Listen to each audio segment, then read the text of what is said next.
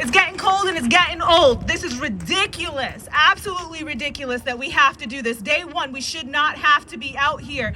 What do we want? When do we want it? What do we want? When do we want it? Safe and dignified housing?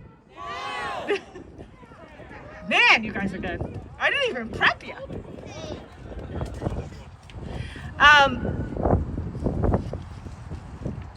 To be clear, and I'm sure I've outlined this before about this crisis, it's the layers of neglect, the layers of greed knows no end. Yes. The state received COVID relief money 9 months ago, $1.1 billion. The state is sitting on track right now for $600 million in surplus. In addition to that, there are they decided to sell group homes to make more money. While 10 months ago, service providers and advocates not only spelled out that this crisis was coming, identified every way in which Rhode Islanders were being left out and forgotten, but they did their job for them. They spelled out in detail how they could mitigate this crisis. So when I tell you that it is utter cruelty, when I tell you it's utter neglect, better believe it, because they had the answers and they looked the other way and they get no mercy. None. None. And so, one word, shame. Shame. Shame. I want to introduce you to another hero. An unsung hero that's been doing this work for decades, and she's going to share with you her work and the stakes and why this is so incredibly important. I want to introduce you to Barbara Freitas.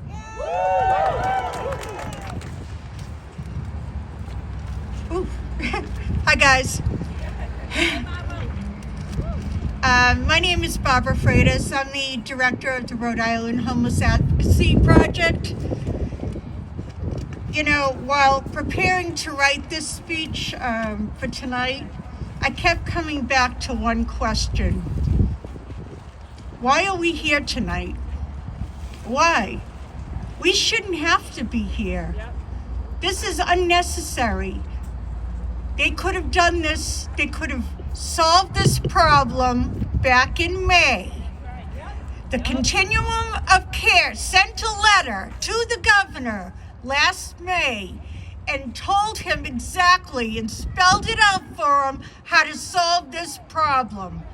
And do you know when we got a response? October. And it was bullshit.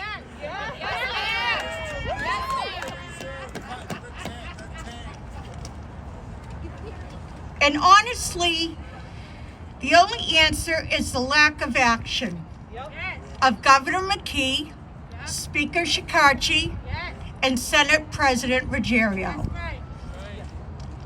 I'm tired of attending meetings.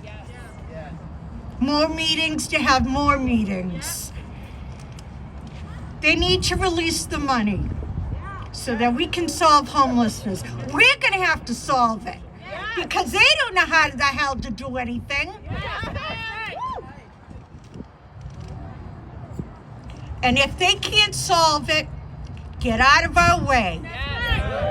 Because we can solve it. We know what needs to be done. You guys are the ones that are on the ground. You know what's going on. You know the people. They know shit.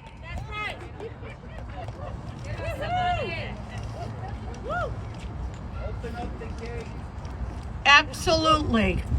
If they can't solve homelessness, they need to move aside and let the ones that can do the work come in and do the job. And that is Matt Brown and Cynthia Mendes.